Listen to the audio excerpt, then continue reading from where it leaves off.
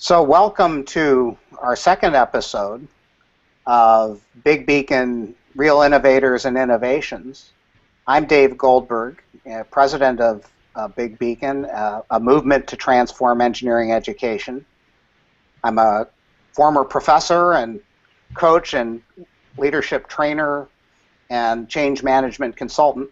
And today we're pleased to have Rohit Bhargava with us from the University of Illinois. And he's doing something really exciting called the Illinois Cancer Scholars Program. Rohit is a professor of bioengineering at the University of Illinois. He got his PhD at Case Western Reserve University. Been at the university now for quite some time, number of years now. Rohit, welcome to the program. Thank you, Dave. So I've been here since 2005. Time flies when we're having fun. Right. So you want to jump in? And talk about the Illinois Scholars Program in a moment. It's a very exciting program. But before we do that, what should our audience members know about you that they don't already know? So Dave, I've been here since 2005, as I mentioned, and before that I was a research fellow at the National Institutes of Health. So I'm trained classically as an engineer, started off as a chemical engineer, got my PhD in polymer physics, and then switched gears a little bit and learned a lot about cancer as a postdoc at NIH. And since I've been here, my research has mostly focused on trying to build new kinds of imaging tools to address cancer pathology and the deficiencies we have right now in diagnosing prostate and breast cancer in the country.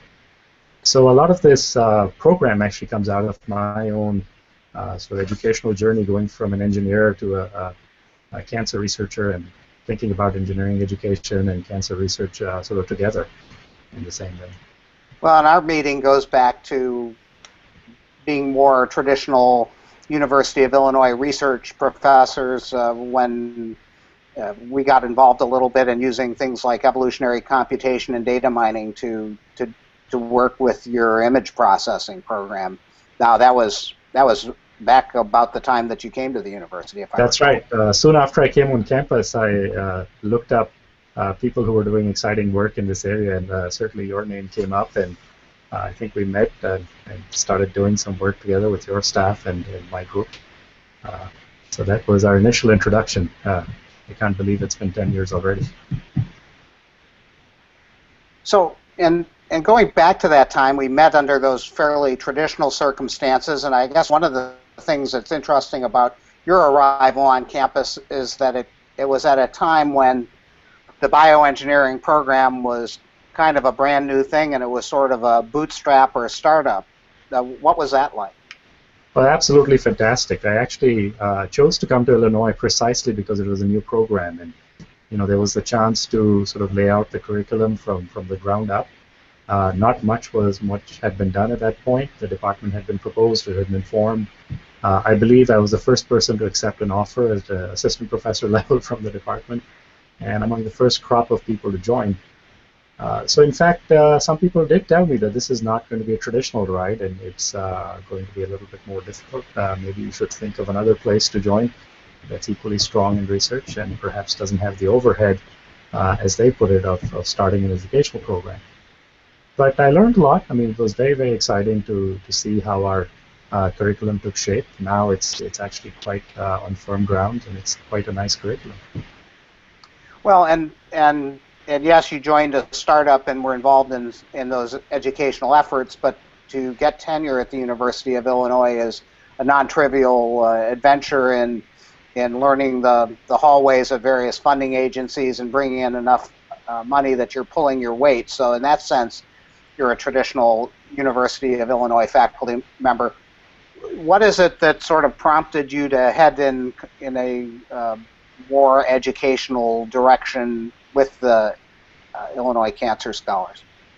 So I think there are two things one has to keep in mind. We've been fairly fortunate with funding and getting good papers out and so on. And of course, you're absolutely right. That is an essential characteristic of our university. You have to be a very, very strong researcher, most certainly, to be here. And so that part wasn't neglected.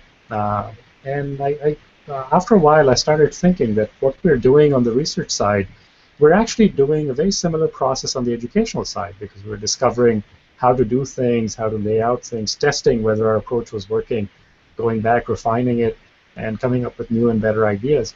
So to me, the educational side and the research side haven't been, in terms of process, very different. I wasn't handed a traditional course saying, we've taught it like this, just go and teach it in the class. I'm actually very grateful that I got the opportunity to design courses without sort of any background information there. We put a lot of thought into how the curriculum should be designed. Again, much as a research project, you get a good idea, you think about how it will be used, you design the process, you test it, you refine it. So the first few years were pretty much spent in sort of departmental curriculum activities. During that time even, we had a couple of good ideas. One of this was the so-called virtual bioimaging lab. So I started this, and the idea was that a student would be sitting at a computer and interacting with the computer as if on the back end of the computer there was an actual imaging instrument. So what we did was actually quite simple. We just had a database at the back end. We filled it with examples, and as the student selected some parameters, the student got some results. And the idea there was merely to inform students about the trade-offs you can make. So if you collect images faster, they're going to look noisier, and so on. So in some ways, that was also innovative.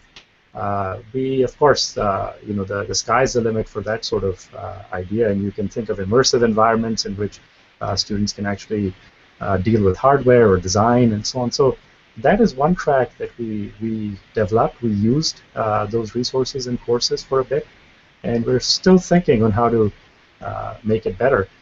But in the second track, which is this Illinois Scholars idea, I thought more broadly about education rather than just one course or one set of courses. Here we've really thought about what or how we should deliver education throughout the entire undergraduate experience.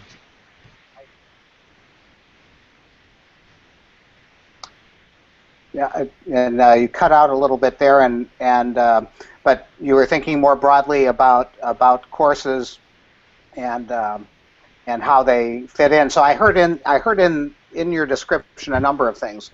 So I heard part of it was in joining a startup that was inviting innovation. It was a culture that was inviting to doing things differently than the past. You didn't have to face 50 years of tradition that we've always done it this way. So I heard that piece, and then I heard a piece about parallels between research and education being apparent to you, and helping to make education exciting through the excitement of research. You saw those parallels.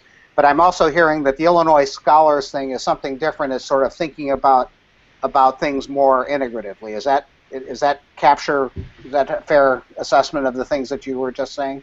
I think it's fair to say, because again, as you well know, we can think of education at different levels. You can think of just your particular course, or you can think of a series of courses, or you can think of an elective track, that a majority of students might take in your department.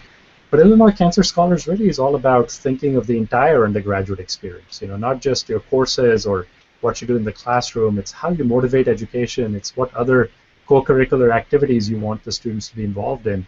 And really it's about an outlook more than a special topic or a particular type of training that the students might take on. Okay, so what is that? So tell our viewers what the Illinois Cancer Scholars is all about. You've started, but give them a description of how it is different from the usual way of thinking about education. Right, so I think traditionally the way we've thought about education is we take bright high school students and we ask them, would you like to do engineering at Illinois? We admit them, they come in as freshmen, take a bunch of courses, go to the next set of courses based on a departmental flowchart. These are sort of the initial math science courses in the first year. The second year might be departmental core courses that they take. And then by the third year, they get some choice. They get to take electives in a particular technical area. They might, at that point, say, oh, I should do an industrial internship or a research experience with some faculty member. And those two things can happen. They might think about studying abroad, and that some students take that option. And then they come back in the senior year, and then we ask them, well, what kind of project would you like to do? So they spend a couple of weeks, design a senior design project, finish up their project and look for a job, or think about graduate school. And at that point, they realize, well, what is it that I really want to do with my education? But you have to realize the whole education just passed them by. For 7 semesters, they didn't really ask that question.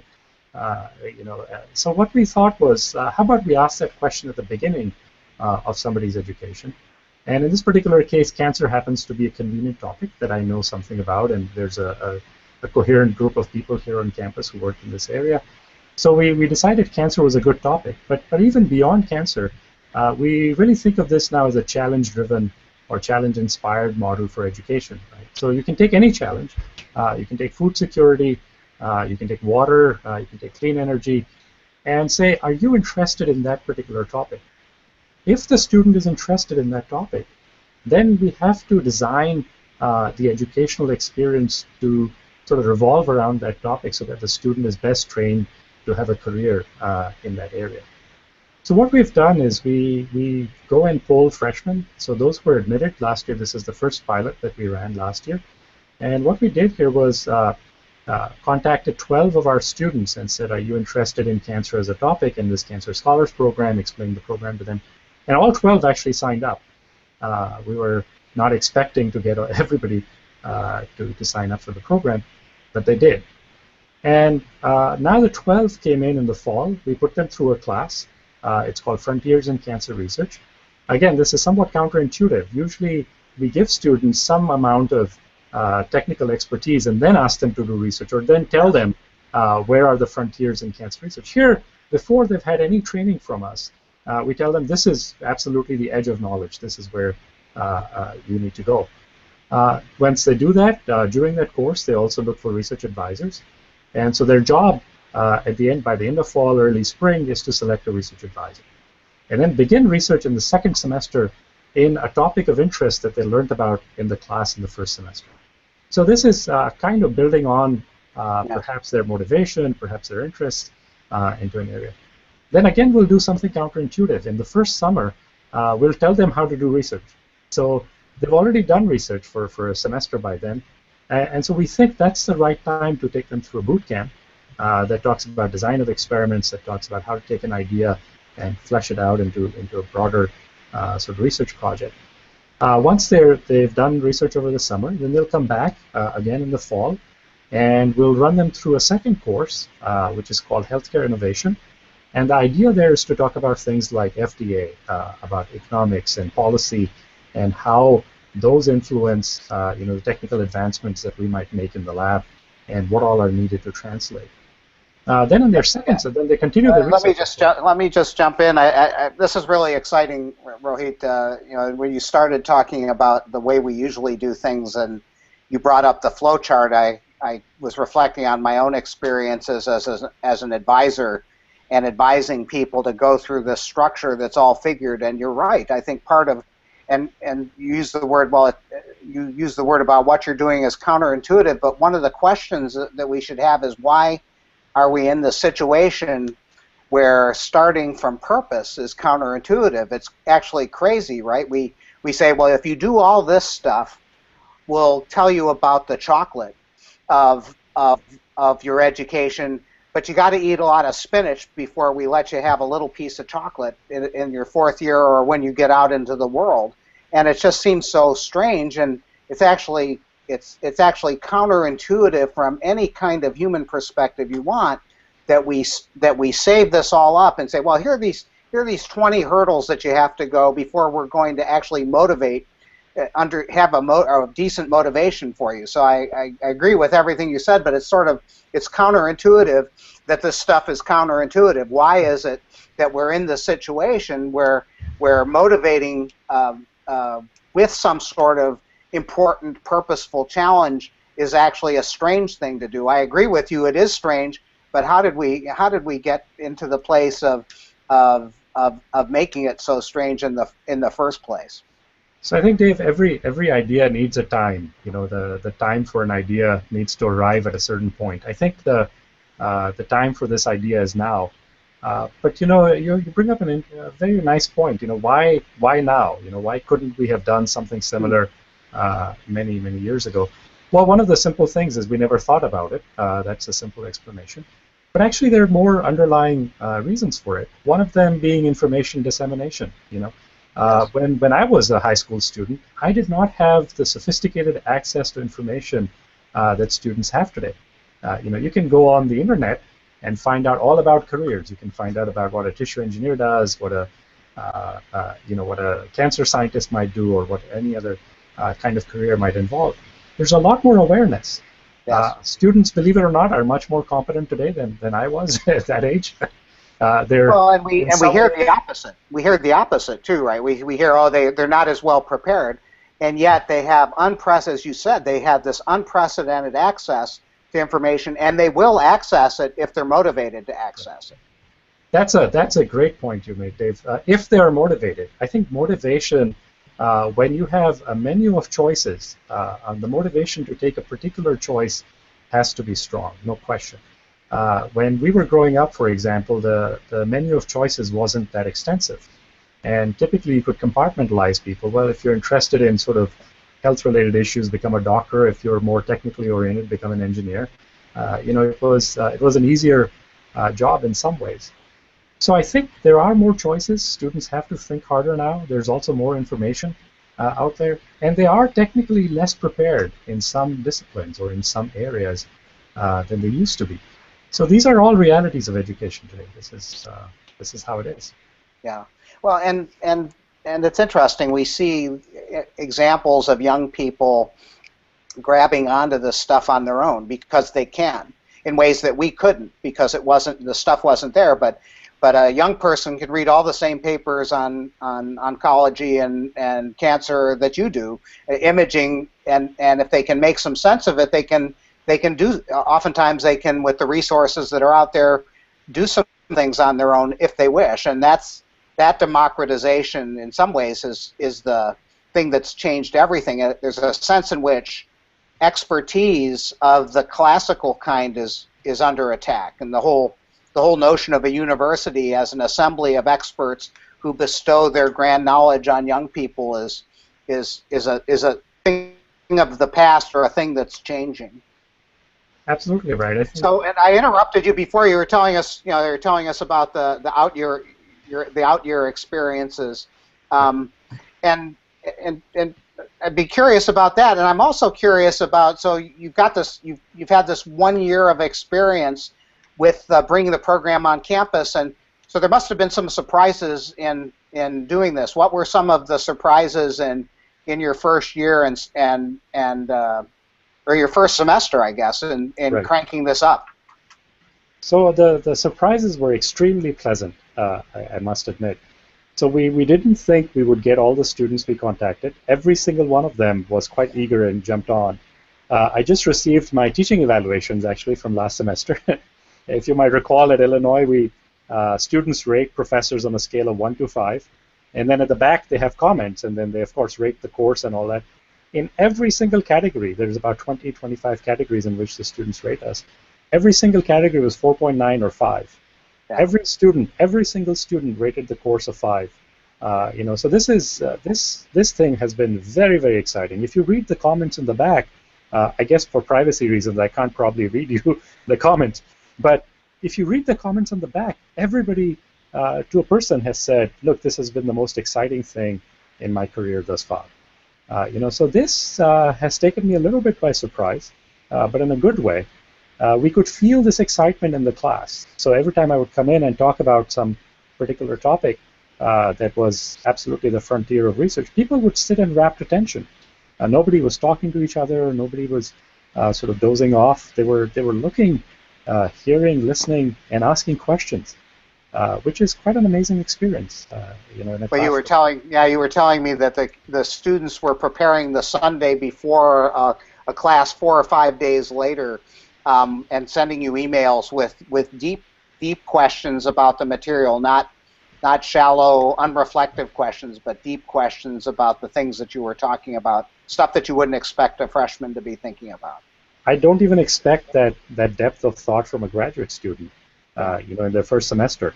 And these are 17, 18-year-old students who are thinking now and thinking deeply about this topic. So one of the things that we were concerned about a little bit when we started the program was, are we making the initial courses too superficial? Are we going to be able to impart, really, I mean, telling somebody who has no knowledge, trying to explain the frontier of cancer research to them, would it be too daunting a task?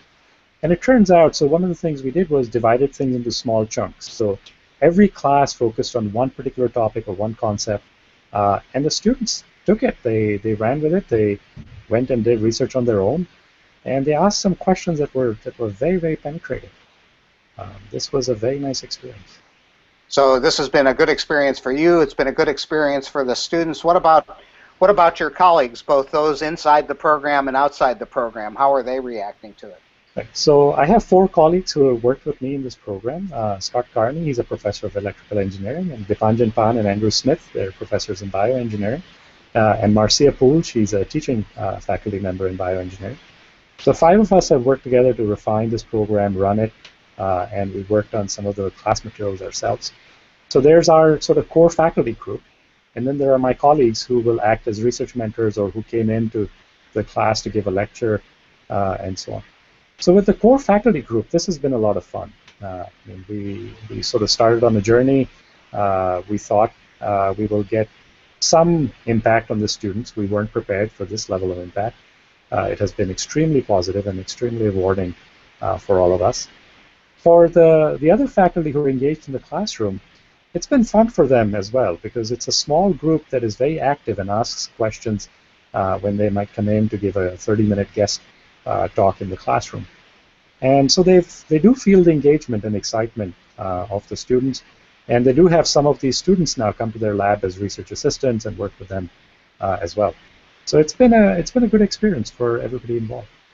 Yeah, that's an interesting thing, and a lot of times people, when we're trying to bring in educational transformations, we appeal to the rationality of the university and try to give good reasons.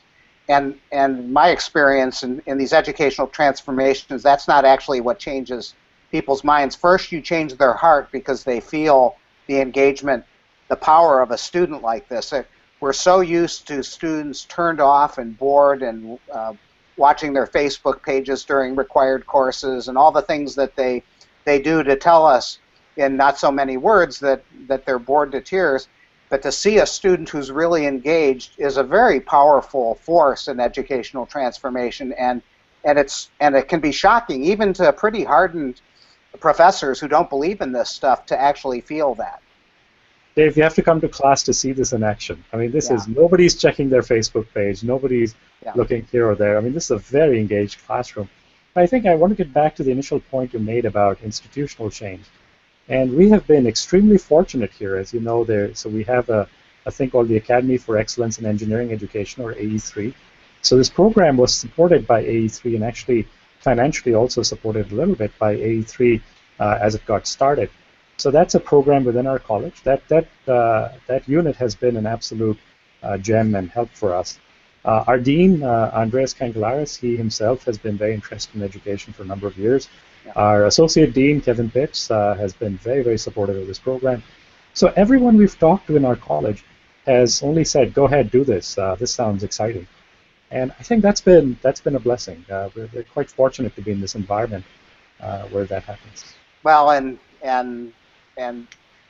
that, I mean, my history at Illinois goes back to 1990, and I can say with some authority that it wasn't always that way. To talk about educational things was the kiss of death back in the early 90s, and people thought you were not a very serious researcher. But there, in addition to AECube, there have been other educational innovations at Illinois that have made it safe for people to come out of the educational closet, as you have. So, what would, if you were to say that you mentioned a number of surprises and things, but if you were to sort of think about the experiences that you've had, and actually it was interesting that you talked about education in terms of the kinds of co-curriculars, and that education is not just a bunch of classes, that it is an experience. But what would you say is for you the most surprising experience that you've had without sharing a confidence? I think the most interesting experience from this whole thing, which I think is emblematic of how the course was run, was an email. I think I told you this story, Dave. Was an email I got at 2:30 in the morning on a Tuesday morning. So this is Monday night, Tuesday morning, and it refers to a class which was going to be held that following Friday. So 4 days before the class, in the middle of the night, the student sends me an email, and he says, "I've got a few questions for you." And so the first paragraph of the email says, you know, you talked about so-and-so in the class, and I understand what you talked about. You know, I realize the three major points you were trying to make. I got those. And he says, but, you know, I've been thinking about this. And he says, I suspect that there's more to what you told me. You know, there's other stuff that you haven't quite gotten to yet. And then it goes on to sort of detail his suspicions or his ideas on what he was thinking should be the logical extension of what we talked about in class. And it was very insightful, fantastic. But then he did something which was incredible, actually. So just getting a student to think about your class 5 days in advance and having them think beyond what was taught in class, I think you'll agree, is already quite powerful. But what is absolutely incredible was then he looked for meaning in those same concepts across fields. He said, surely this must be a mechanism that is common to other areas, right? And that's an extremely educated person who can not only take knowledge, but then start looking for parallels in that knowledge in other fields. And that would be absolutely fantastic. And, so the third paragraph of the email said, well, the mechanisms surely must involve, A and B and C. He listed out a few things which were mostly correct. And then at the end of the email, he says, I've got more questions still. And I'll ask those in class on Friday. Right. So this is exactly what we want to do as educators, as teachers, as faculty, is really inspire this sort of thought process in students, right? I think the particular concepts, the particular laws and so on that we talked about in class are great. They of course help us do our work. But then thinking beyond those laws and thinking of the parallels in different fields, I think that's really powerful. And if you can do that as a freshman, that is just something else. Well, and as you say, this kind of experience we so underestimate what our students are capable of, and then when we find that they're actually as capable as this, then it's like all bets are off about most of the underlying assumptions of how we're educating, and it can be disorienting to have these experiences as a faculty member. I remember we had similar experiences in the opening moments of iFoundry, and the kids were doing things and none of the language that we used around what they were doing, language of intrinsic, we tried using the language of intrinsic motivation and things like that, but the degree of passion that they exhibit is not described in rational terms, at least it's not adequately described. It's bigger than that. It's explosive, and we want to assess it and measure it and put it in a box, but you don't need a t-test to know that these kids are different and what they're doing is sort of very special. I agree, Dave, there, and I think it underscores one point. Education should really be about developing the individual. And sometimes in large classes and when we're rushed for time, we can't really focus on challenging those students who might be more motivated or more gifted. And sometimes we're not able to keep up with the students who might need a little bit more help. So in some ways, what has been particularly gratifying about this is at least, a few individuals we've really been able to spark and put on a path where they would benefit a lot more from coming here. Our time has gone so quickly, and we're almost at the end of our 30 minutes together. I guess I'd like to sort of get just sort of two more thoughts for you. From you? One of them is, what are the immediate next things that you see for the program in say 30 seconds or so? So I think what we're focused on right now is really refining the curriculum that we've got a little bit more, developing out until 4 years, diversifying the student population, so we have them all from bioengineering now. We want to extend this across to other programs. And we would really appreciate input on how to challenge or take this challenge-driven education model to other fields and other areas maybe. Beautiful. And if people want to find out more information about the program, is there a URL or an email address or both that they can write to get more information about it? Most certainly. So you should write to me. It's RXB, so R as in my first name, Rohit, X because I don't have a middle name, and B as in Bhargava, which is my last name. So RXB at illinois.edu. So please write, and I'll be able to respond with materials. We're also setting up a website. So if you go to cancer.illinois.edu/scholars, that website will be set up shortly, and we'll have more information there as well. Well, and we'll get, and if you send me that information when it's up and ready, we'll get that on the blog and also tweet about it and Facebook about it to people so that they can take a look at it. Rohit, thank you so much for sharing this exciting program, and best wishes as you pushed into the sophomore, junior, and senior year with these great young people. Thank you so much, Dave. It's a pleasure to talk to you again.